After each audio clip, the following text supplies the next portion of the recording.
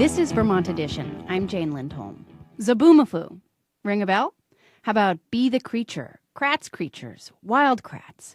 If you are the parent of someone who's been a child in the last 20 years or have been a child yourself sometime in the last 20 years, those TV show titles are quite possibly not just familiar, but beloved. Chris and Martin Kratt are brothers, and they are behind these tremendously successful children's television shows that have introduced a couple of generations of kids now to the natural world and the animals who inhabit it. The Kratt Brothers took some of their inspiration from the wilds of the Northeast Kingdom, where they spent many a summer growing up, and Vermont has remained a touchstone for them. They are in town this week performing 2 sold-out shows at the Flynn Theater in Burlington, one last night and a second one tonight. Parents have been going to great lengths to try to get a sought-after ticket for a desirous young person in their lives. But today, Chris and Martin are here for anyone who has a question or wants to hear a little bit more about how they evolved into the massive celebrities they are now with the Kid Set. Chris and Martin Kratt, welcome to Vermont Edition. What a pleasure to have you here. Hi, Jane. Nice to see you. Thanks for having us. So I said that Vermont was important to you guys when you were growing up and still important today, and I hope I am not overselling that. It sounds like summers spent in the Northeast Kingdom were at least informative and helpful in developing this love that you have had for the natural world. Is that true? Oh, yeah, absolutely. I mean, we grew up in New Jersey, right? So we had some wildlife, but it was, box turtles in the backyard, frogs and stuff. And what we ended up doing, our parents ended up getting some property in Northeast Kingdom, and we would go up there as soon as school let out and camp out all summer long, so it was like getting water from the old farm well and just being out in nature. So we'd see porcupines, raptors, we really got to go wild and just run around and experience nature. Yeah, there was no building whatsoever. Yeah. So we had a pop-up trailer and a bunch of tents. We had a potty tent with a little portable potty in it. And that's pretty good, though. That's practically civilization. Yeah. So and we did. We lived there for 2 months. Yeah, and we learned a lot of things, like if you left your tent open during the day, by nightfall there'd be a lot of snakes inside. Really? Yeah, so you learned that by experience. We learned that, yeah. And so we did also you do that on purpose? Oh, yeah, definitely. Because it was an easier way to find snakes, because they were all hiding in the grass, but if you left the tent open, they'd crawl in, and then you'd see all the snakes.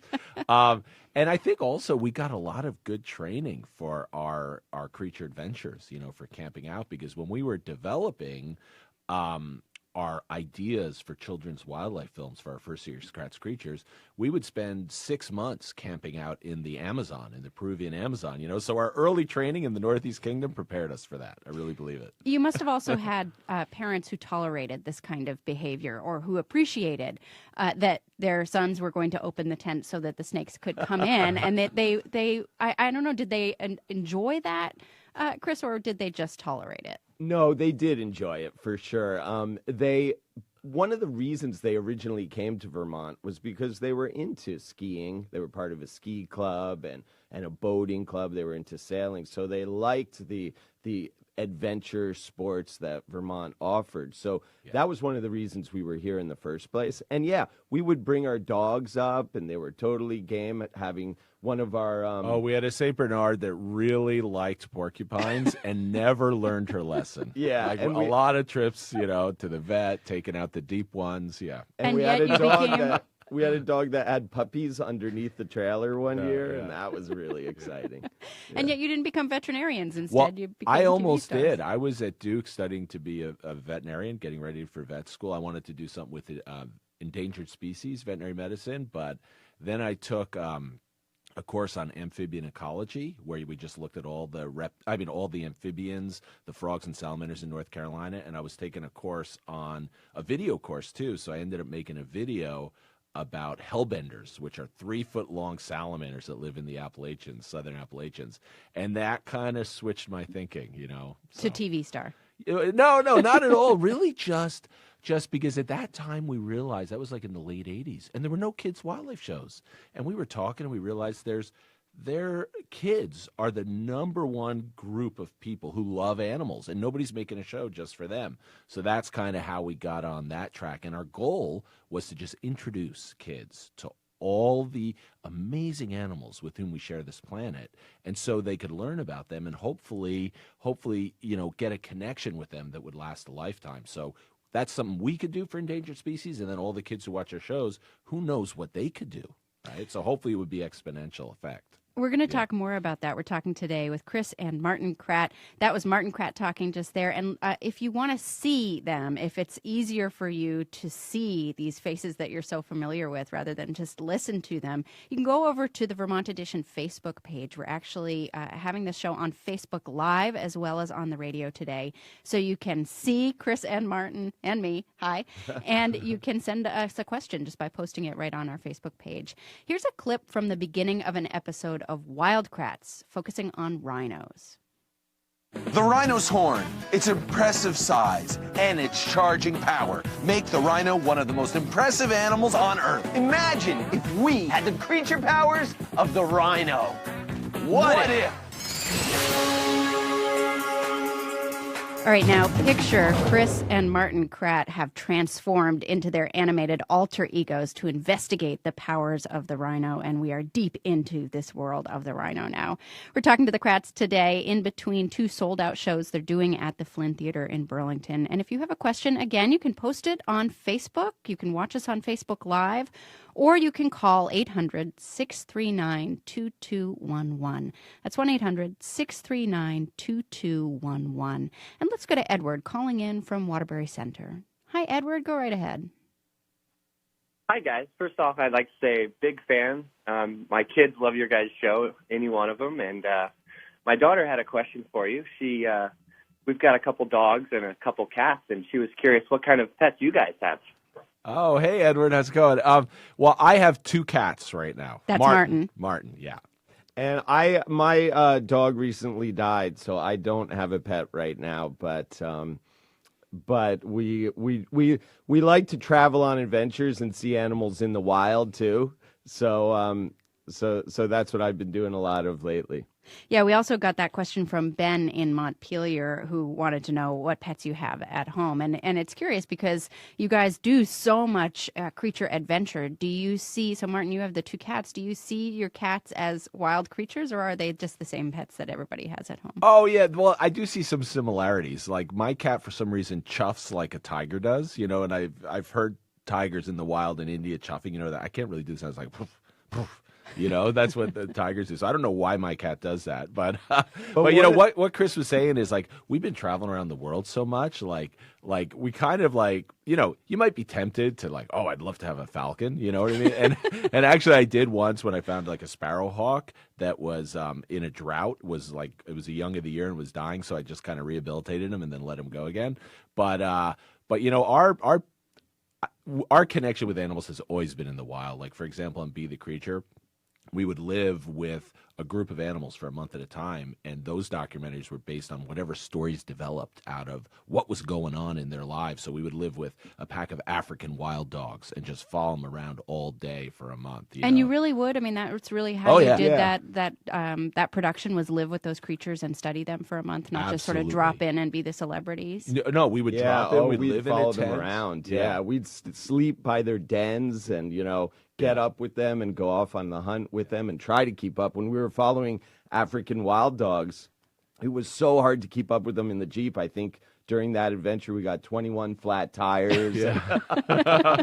And when we were also with, we were living with a group of chimpanzees in Kabale Forest, Uganda, and they would be hanging out, we'd be hanging out with them. And then suddenly they signaled to each other somehow because they would all be moving down the trail, out on a hunt because they were out hunting monkeys. So we'd just grab our camera gear and try to keep up with them, and they'd split off. And I mean, so it was, that's what we did on Be the Creature. And we never knew what was going to happen. We went out there without any story, it just whatever the animals' lives, what was happening in their lives became our documentary. And, in regards to what you were asking about before, like seeing wild features in our domestic pets, we kind of have always looked at it the opposite way. We like to look at animals in terms of them being fellow creatures, rather than scientific objects, and kind of thinking about them in terms of, hey, what are they afraid of? what makes them happy, and that's kind of the way that we look at animals.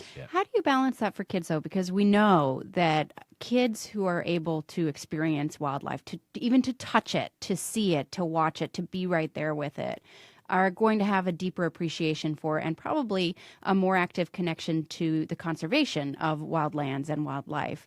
And yet you guys also have this ethos of leave the animal where it belongs. We're not taking animals. You don't have them in your live show up on stage with you. So how do you balance that desire to show kids really up close and personal what animals are like, but also instill in them this idea that wild animals are wild and they need to stay that way? Well, I totally agree with you. It's so important to have a connection with animals for kids. So for kids, having pets is so important. Like my son had a bearded dragon, right, which is a lizard from Australia.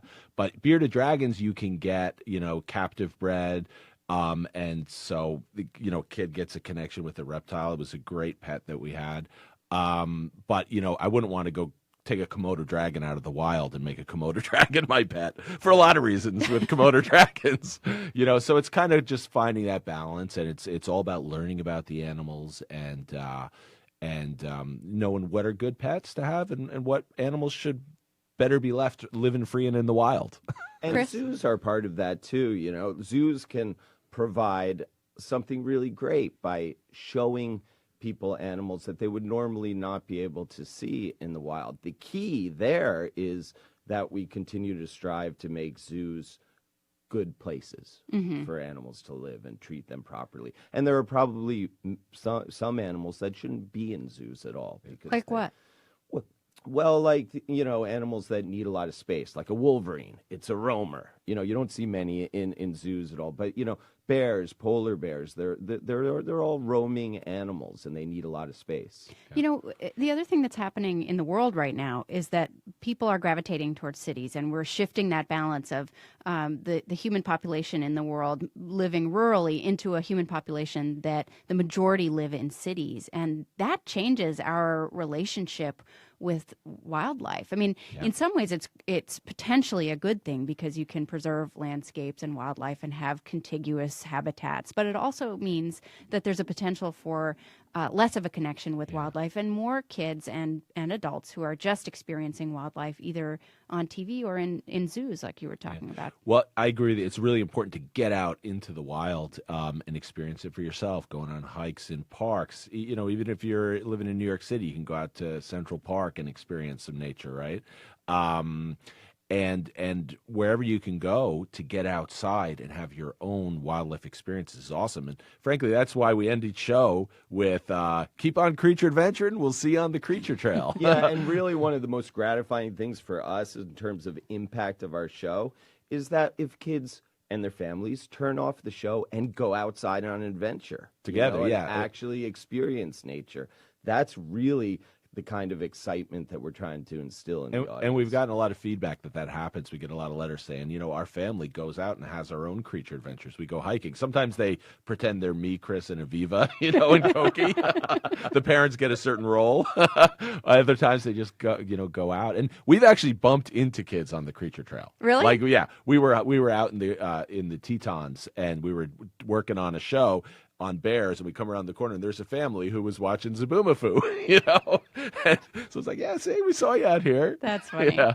Well, and you also have kids who give their own money and families who give their money to you to help conservation and who say, this is really important to you. I'm taking that money out of my piggy bank and I'm going to give you my $3. You tell the story of the kid who gave you $3.17. Yeah. And that actually inspired us to do a big project during the Zaboomafoo time where we did a national tour where we did shows at zoos, and the Gap Foundation in Old Navy supported that. And for every kid that came out, they made a donation, and we raised over $1 million through Kid Action. It was actually the kids who did it by coming out, and we our nonprofit Kratt Brothers Creature Hero Society purchased wildlife habitat for grizzly bears out on the Rocky Mountain front in Montana, and so that land is just protected for mother grizzly bears coming out of the mountains and giving their cubs, some sustenance in the spring. There's also wolves and everything there too, so it's really a really important piece of wildlife habitat, and kids protected it. And kids voted on what animal yeah. they wanted to help. We did a online survey and a survey throughout the tour, and they wanted to help grizzly bears, and so that's what we did. Is that what you expected? Did you think No, grizzlies were going to we win? didn't know. No, we just hoped they were going to say like manatees, because how could we buy water? Yes, grizzlies Water are habitat. We got a question from Erica, who is watching our Facebook Live video and asks, Martin is wearing blue. Is Chris wearing green? It looks like it. Do you wear blue and green every day just in case someone recognizes you? And what Erica's referring to here is that you wear blue and green on your shows. And Martin, you always wear blue on the show. Well, I can tell you one thing. I don't wear green. Ever. Yeah. That's Chris's color. So do you do this out in public? You purposely wear the colors you're supposed to wear? Sometimes when we're out doing stuff related to wildcrats, for sure, because it gets confusing. If I'm wearing green and he's wearing blue, or if I'm wearing red, it just doesn't make sense. But this is radio. You didn't have to dress in character. Well, we like our colors. We do like our colors in real life. Yeah. I mean, we've been caught wearing a different color before, but Let's go to some of our kid callers. Aiden is on the line with us from Morrisville. Hi, Aiden. Go right ahead. How fast do pelicans go? Okay, so Aiden, you're asking how fast do peregrine falcons go? Do you guys? So you're getting some tough questions on the fly now. Do you know how fast? Oh yeah, we know. That's a good question. They can go about 220 miles per hour in a stoop, and a stoop is when they tuck their wings and drop from the sky like a stone. And so they're harnessing like a missile. They're harnessing the force of gravity, and that's one of the things we do in wildcrats too. Is we look at animals in terms of their creature powers, those special, amazing things that each animal can do. And they're often tied to a science concept. Like in this case, great question, Aiden. Their speed, their creature power of speed is tied to the force of gravity. And so we always put a curriculum element into the show, because that's a physics concept, right? So you can do a show on skunks where you introduce a chemistry concept. So we're always very mindful of that, And one other thing about wildcrats, it's primarily about turning kids onto animals and introducing them to our fellow creatures, but it's also about turning kids onto science, and STEM content. Yeah, we even did an episode on electric eels, and we're able to talk about electricity through animals, right? Yeah, about currents. How much do you know when you're starting out, and how much do you have to do the research? I mean, you must have a body of knowledge now that helps you, and animals that you can think of, this is similar to when we looked at this other animal, and it's a very similar, biology or chemistry. But you must also have to do a lot of research and have a team that does some research with you. Oh, yeah, and every episode we do, every animal, even a familiar animal, we learn something new. One great example is walrus, which was one of our first episodes of Wildcrats. I was amazed when I was working on the script and the research that walrus have this thing called a pharyngeal throat sac that they can blow up, and it's like a built-in life preserver that allows them to float on stormy Arctic seas and take naps. Whoa, I didn't know that. I didn't know that. And I knew a lot about walruses, I thought, right? So every episode we're learning something new, and it's so exciting, and then we can share that with kids. And we really try to find a lot of information that you won't find in the general texts.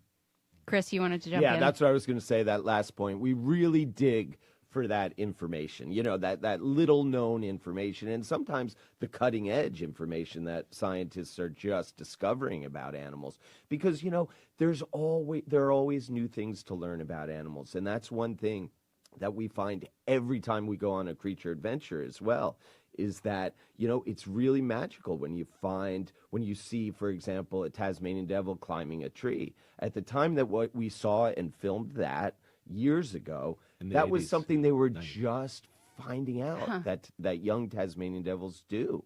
To get away from the older ones. To get away from the older really? ones. That's why they're doing it? And to get high to smell out the carcass, but also to get away from the older ones. And if you're ever on Komodo Island, checking out Komodo dragons, you'll notice you only see big ones walking around, right? And you're like, well, where are all the Komodo dragon hatchlings?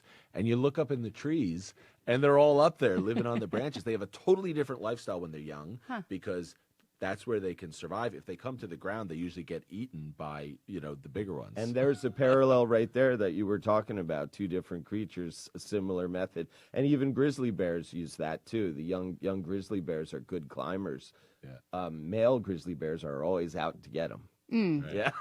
See, we're all learning something new here, and more to come with the Kratts as we have this conversation wide-ranging about their influences, how they do their work, but also we're getting a lot of kids and adults who have some animal questions, and you are welcome to share them. We are going to put them to Chris and Martin, see how much they remember about all of their adventures over the last 20 years. Our number is 1-800-639-2211. That's 1-800-639-2211. Or post a note on our Facebook Live video stream. A small-town lawyer's mother prodded him into taking on pharmaceutical distributors. She made some offhand comment to the rest of the family that somebody in our community should do something about it, and that's when one of my brothers looked at me and said, "Isn't that what you do for a living?" I'm Kelly McEvers. How West Virginia counties are going after one link in the deadly opioid chain. This afternoon on All Things Considered. You can hear All Things Considered beginning today at 4 on VPR. And support for VPR comes from listeners like you and from Von Bargen's Jewelry, offering custom jewelry design, professional appraisals, and artisan trunk shows. Locations and events at vonbargens.com. And by St. Michael's College, teaching English to speakers of other languages graduate program, preparing ESL teachers for over 50 years. smcvt.edu.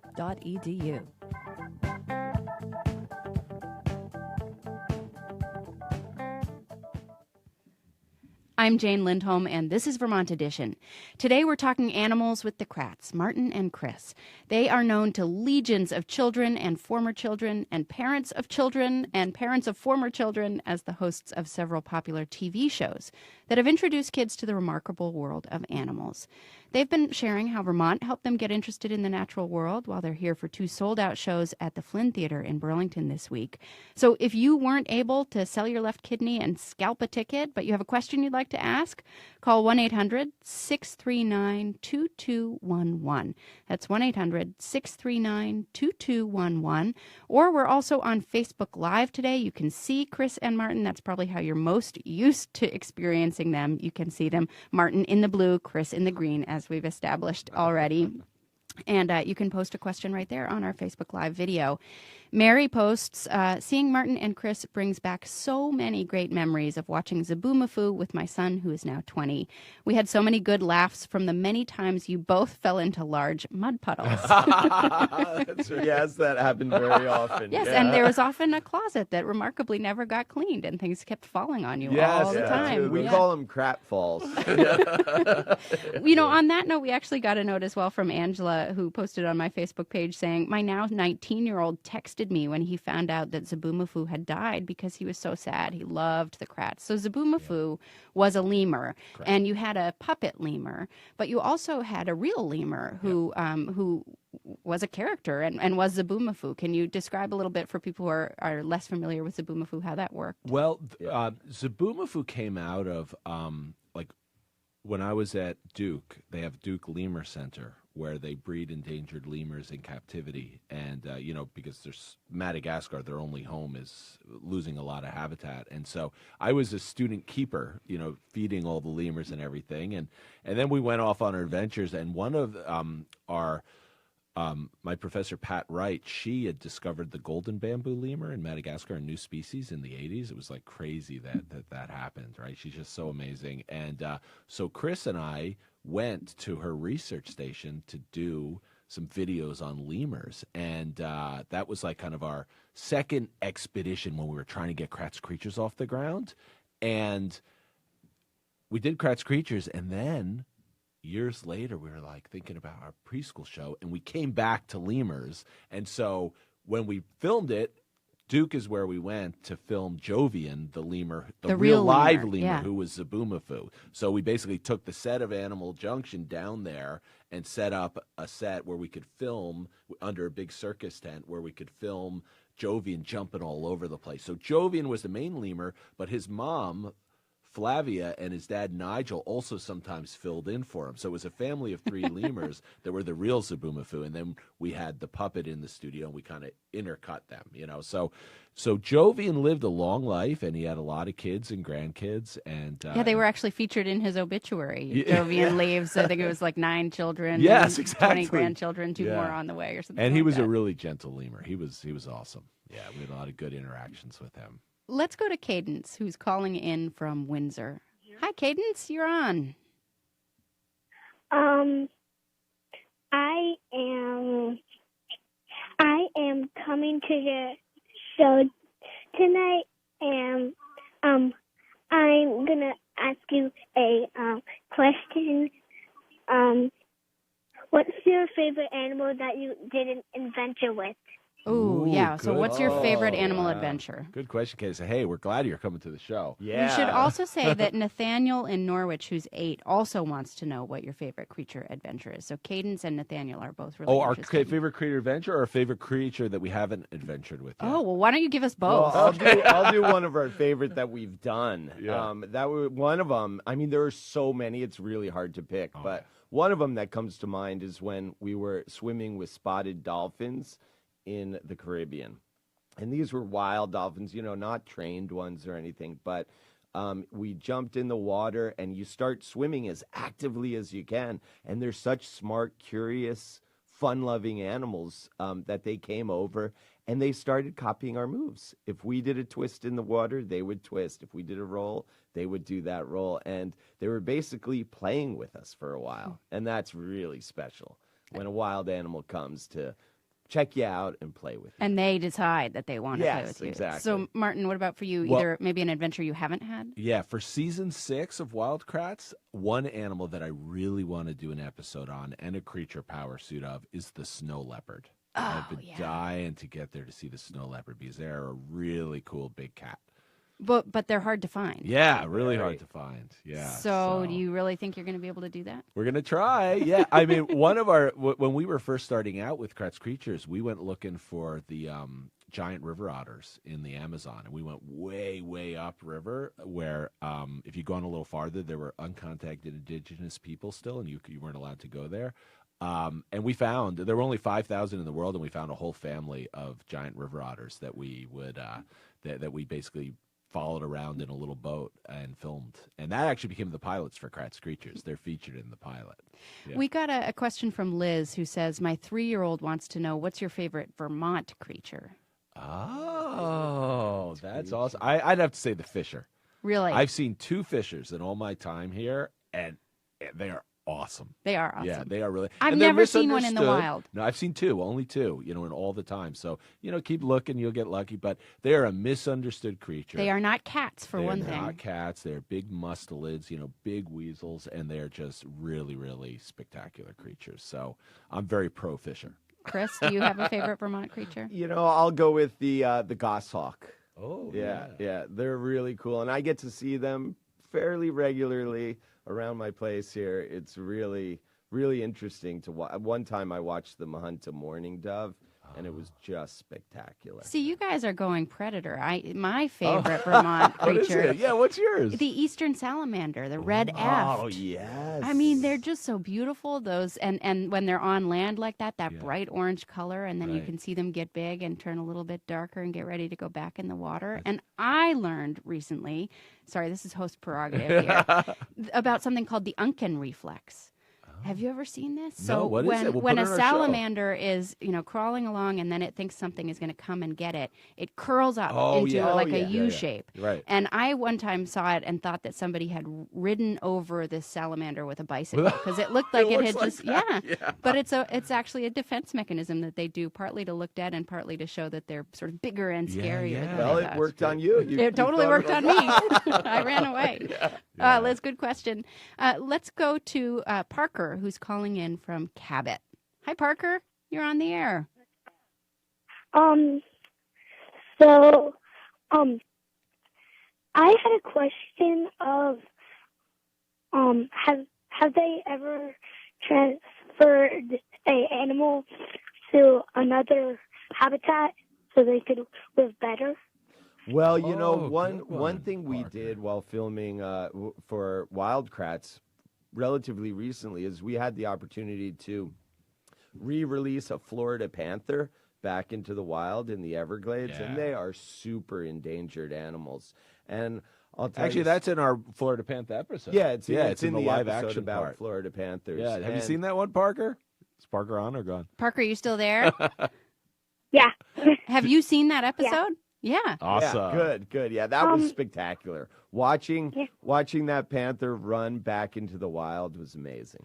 Actually, and that reminds me, I think maybe my favorite is catamount, my favorite Vermont animal. How did I forget that? That's a good Because they don't live here anymore. I think they do. Uh-oh. I'm pulling for them. Yeah. You know, actually, we did a Tasmanian tiger episode, and I don't know if you heard the recent reports. That they have sightings, credible sightings in northern Queensland now. Wow. Yeah, so who knows? And You it's don't true. know. I mean, there may be Yeah. catamounts that are passing through, secretive. not like yet a breeding population. But you think they're coming back? I think Martin? so. All right, Yeah, all right. I hope so. Please don't call us on that yet. We'll do another Catamount show. But if you do want to talk to Chris and Martin Kratt, our number is 1-800-639-2211. You can also go over to the Vermont Edition Facebook page. We are on Facebook Live today for the show, so you can see Chris and Martin. You can ask a question right there. Linda in West Glover sent us a note to remind us that Wild Kratts isn't just for kids. She says, I'm 75 years old and I'm addicted to the show. I discovered you a few years ago. I traditionally watch the PBS NewsHour every evening. Then I used to switch over to one of the major networks to get their take on the news. One night, I got so frustrated with all the advertisements in the network news broadcasts that I started clicking around to different channels to see what else was on. I discovered Wild Kratts and I was instantly hooked on the show. I love the combination of the live introduction and wind up to the show with animation in the main part. The animation is wonderful. So are the animated characters themselves. How do you get the animals to be so expressive? Oh, That is so great. That's Thank awesome. you for that comment. Yeah, one of the things that has been amazing about the show that we're really proud of is its broad audience range. Like we have kids, you know, in preschool watching the show. We have older kids, 10, 11, 12 years old watching College the show. kids. And then, of Yep. course, we have the woman that wrote in. So we're really proud of that, of being able to. It's unusual for a show and being able to reach so many people. Yeah. But if you love animals, you love animals. Doesn't matter what age, right? All right, so And- so there's that. There's the Yeah. love of animals. But we also got a note from Daria who says, my kids were big fans of Zaboomafoo. My mom friends used to joke, the kids watched for the Leap and Lemur, the moms watched for the Kratt Brothers. Which I know this is not the first time you've gotten that. You had a lot of parental fans who watched for what they thought were the two cute guys who were doing the show. That must be kind of an odd feeling as you do a show for kids. Oh, yeah, I guess. No, it was great. You know, it's a family show. So, you know, it's we're really glad for our audiences. And actually, you know what? I just remembered something.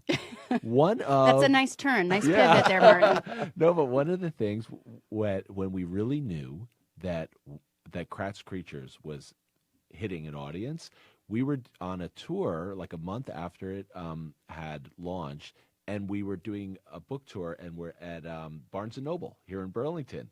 And suddenly we had this crowd come out that we were on the second floor. You know how the escalator goes up to the second floor? And the crowd got so big, lineup on the second floor, that the fire marshal had to come and turn off the escalator because people couldn't get off the escalator anymore. So then we were like, wow, knew this you'd show made it. might be becoming a hit, you know? And that happened here in Vermont. Yeah. Let's go to Max, who's on the line with us from Lyndonville. Hi, Max. You're on Vermont Edition. Go right ahead. Hi. Hi. We got you. We can hear you.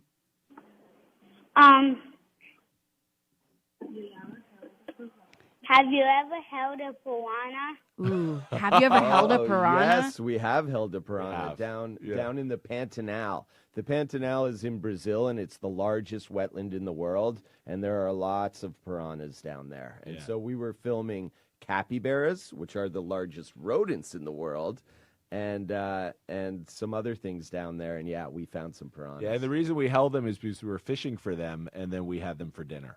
So how did you keep your fingers out of their mouths? Oh, you just have to be really careful. You don't want to slip, right, when you're getting the hook out. Yeah, it's a little tricky. But, you know, we did a lot of fishing in Vermont, too, so we learned.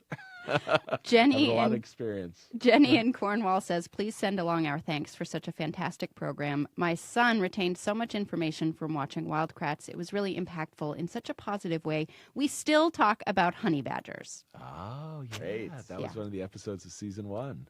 So let's hear from another kid who's calling in, Adeline, who's calling in from Poultney. Hi, Adeline. Hi. Hi, Hi, go Adeline. right ahead. Adeline. Adeline, do you have a question for Chris and Martin? Yeah. Okay, what is it? How fast is a cheetah? Ooh, another good Good question. one. Yeah, cheetahs run about 70 miles an hour. And I think on 89, you can have your parents drive that fast and show you, okay, how fast that is. Just look out the window and you'll see everything whizzing by. That's how fast Or cheetahs put your run. hand Quite out the be window. Able to drive that fast. But almost. Legally, maybe not Right, so yeah, much. I think for science, for education, Right. maybe. We got a question from Claire who says, my whole family adores your show, and many a dinner and bedtime we, the parents, learn wild and wonderful animal facts from around the globe. Thank you. Do you have some women scientist friends from around the globe who could be your special guests in the intros so that my son and daughter can see women tromping around the wilds being their awesome selves too? Well, that's a great question. And you know what? The Aviva character, we really wanted to make sure there was a strong female presence in Wild Kratts. So that's why the character Aviva, who is actually inspired by female scientists at MIT who were working on different research and engineering. So basically that's why. College majors in Yeah, college. it's true. Yeah. And what are they when you're all together for family gatherings? Do they gently tease you? Are they jealous? What about having the two celebrity brothers? Oh no, not at all. That's It's just great. like the old days, and now we got all of us have kids running around, So yeah. Well, how do you balance that? I mean, you're doing all of this travel with your live shows, and you're still doing show production. Yeah. And, I don't mean to age you, but you're middle-aged guys now, and you don't look like you're slowing down, but, it's a different lifestyle when you're 20 than when you're Right, yeah. 45. So how do you balance that life-work balance? Well, we're not living in the Amazon for 6 months anymore. Intense, for sure. but actually, that having our own kids kind of played a part in the development of Wild Kratts. I mean, it was kind of two things. We had our own kids, and it was hard to be away for months at a time, filming Be the Creature, with being out in Uganda for a month with chimpanzees, and our kids were at home growing up. So we didn't want to miss out on that. And also, one of the toughest things about doing wildlife documentaries is, animals do certain things, but you can't always get it on film, right? Like Right. you could spend months and months out trying to get, giant river otter having an encounter with a jaguar, but you might never get it even if you spend 10 years out there. So we realized with those two reasons, if we did an animated show, we could show everything that animals do and we could be home more. So that contributed to the creation of Wild Kratts. And besides that, like all our previous shows have been live action, as Martin mentioned, and there's more of a documentary feel to any live action show, right? But with animation, we were able to have more control over the story as well as the behaviors, like Martin was talking about. We can have creature power suits and villains, and so all those things contributed. And a lot of Wild Kratts is about really putting yourself in the place of the animal. What if I could fly like a peregrine falcon? What if I could swim like a sea turtle?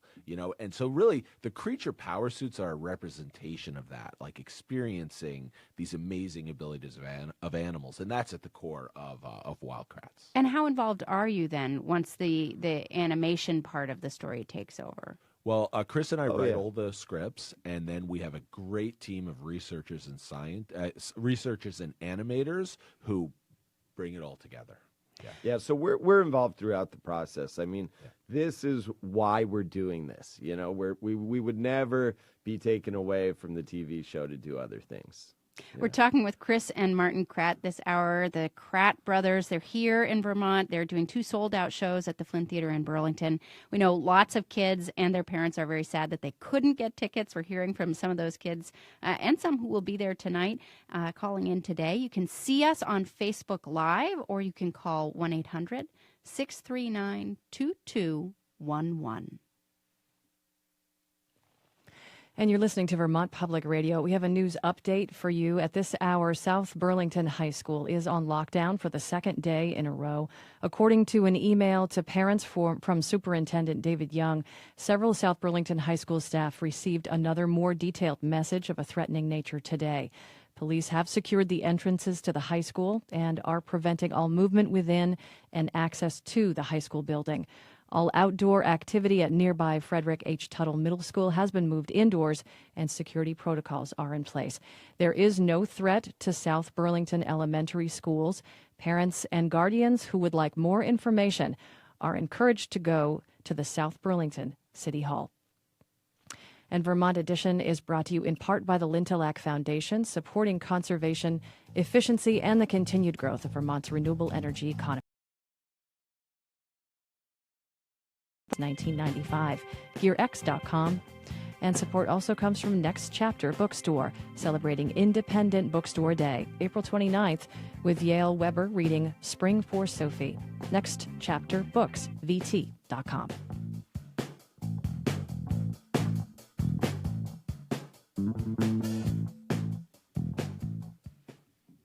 I'm Jane Lindholm. This is Vermont Edition, and today we are talking with Chris and Martin Kratt.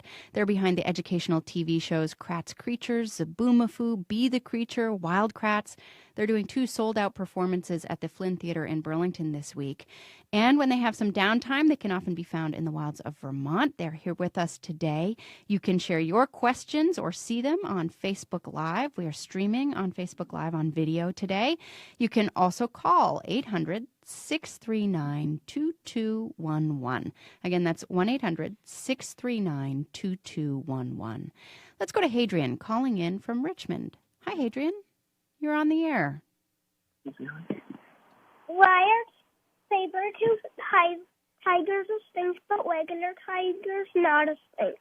All right, so why are saber-toothed tigers extinct, but regular tigers are not extinct? Oh, Really good question. Yeah, well, saber-toothed tigers were bigger. They focused on bigger prey. Like woolly rhino and woolly mammoth. And usually, oftentimes what happens with extinction is animals that need more space, need more resources, they become extinct earlier.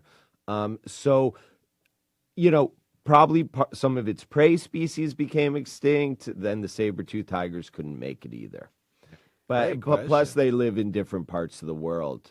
Like tigers lived in rainforests, and saber-toothed tigers lived in North America where glaciers hit and everything else. So while we're talking about animals that are extinct, Dahlia wants to know about animals that aren't extinct. She's 5, and she says, what are the species that have survived the longest on Earth, and why have they been able to stick around for so long? Okay, well, you can see one of them. Now that spring's coming and summer, look for dragonflies.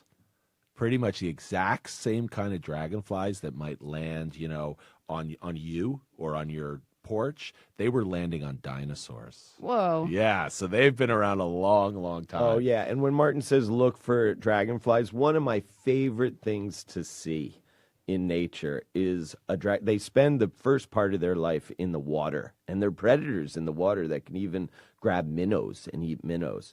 But they come out when it's ready to turn into a dragonfly, kind of like a butterfly does. They come out of the water, they sit on a rock, and they just bust out of their skeleton. And they come out like an alien, and they look like a totally different creature. Like when they're in the water, they're just little bug-like things, but then they just become flies. I've never seen pump that. up their wings, and It's amazing. That's so cool. All right, let's hear from Tanner in Dorset. Hi, Tanner. Go right ahead. Hi, I really like your TV show. Thanks, Tanner. And have either of you been attacked or injured by a wild animal? Oh, yeah. Well, Chris, it was really funny because Chris once got tackled by a Komodo dragon. That is said like a brother. well, it was really funny.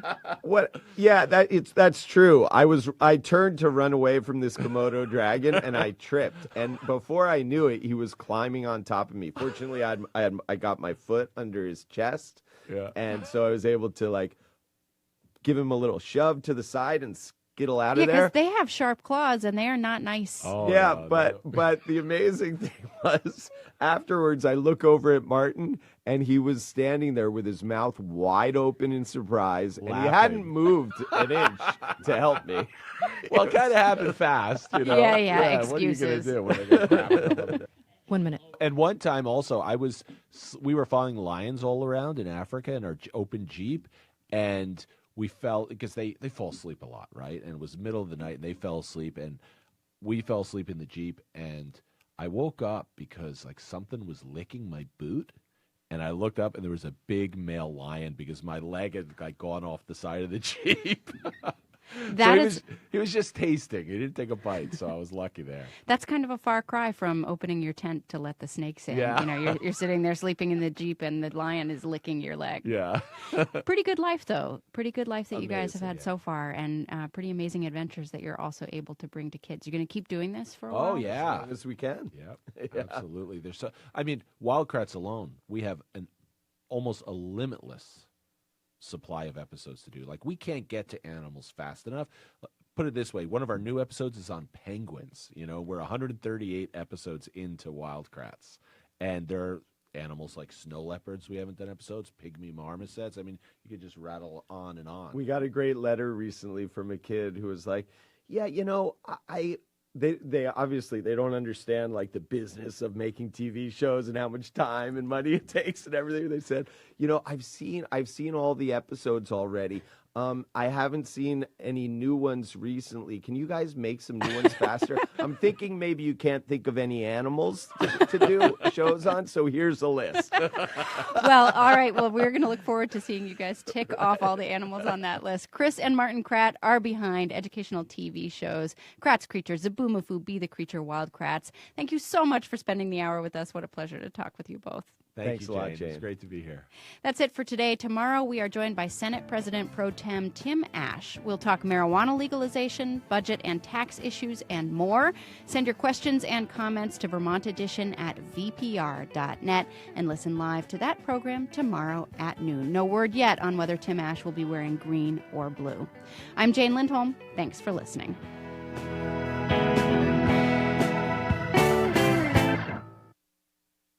From the Fairbanks Museum in St. Johnsbury, welcome to